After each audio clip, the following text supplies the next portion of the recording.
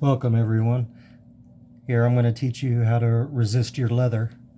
I've got a few examples here, one of my carvings and a hat patch that I'm currently doing on another project. So I'm going to resist these pieces of leather and I'm going to show you the different types of resist that's available. I go in order from the amount of resist being the least to the most. So I'll start here. Tan-Kote, while you can definitely use it as a finish, a clear coat, I mostly use this as a mixing with some antique paste to turn it into a gel. But a lot of people use it as a resist too. But if you're using it as a clear coat, it's permeable, meaning that it still has pores. It's still gonna be able to get things through there. This is good for like horse tack accessories, something that's going to be outside in the weather a lot, and you're going to need to oil it in the future. You'll want to use Tan-Kote. Pro Resist is right in the middle. I like it a lot, but that actually is not Pro Resist in there.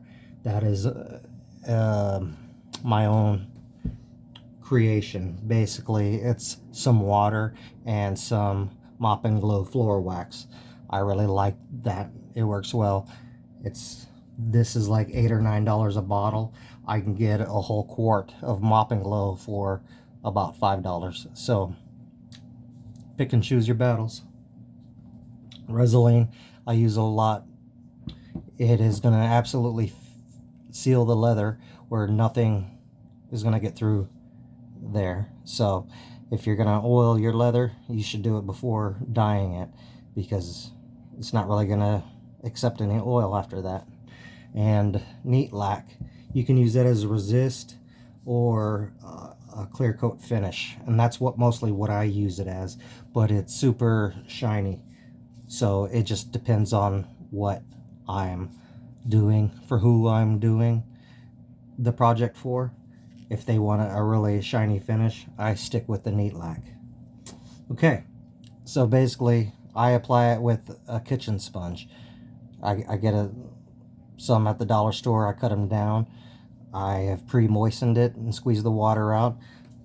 Fun fact, these cellulose sponges hold 6 times its weight in liquid, so you definitely only need a small piece. You know, for a bigger area, I might use a cotton sponge or a bigger piece of it. But for this, I only need a little piece. So here's my hat patch, and here's my carving. We're going to start on those. I'm going to use my custom floor wax. What I also do is I put a glass marble in there, so it mixes really good like a spray paint can.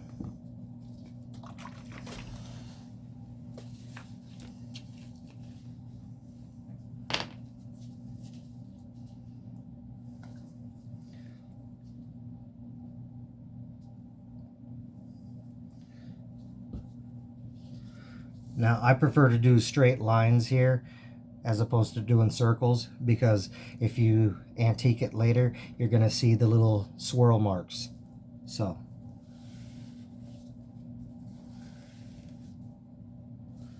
and that's it. You're pretty much just waiting for it to dry.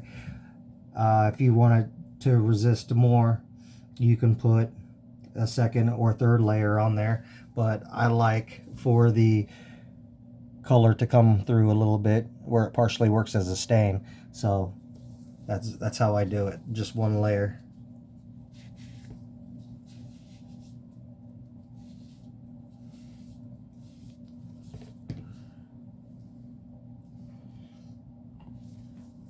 And that's pretty much it. So once it dries, you can antique it, you can paint it if you want. The sky's the limit. Ask a dozen different leather crafters, get a dozen different answers. Thanks for stopping by.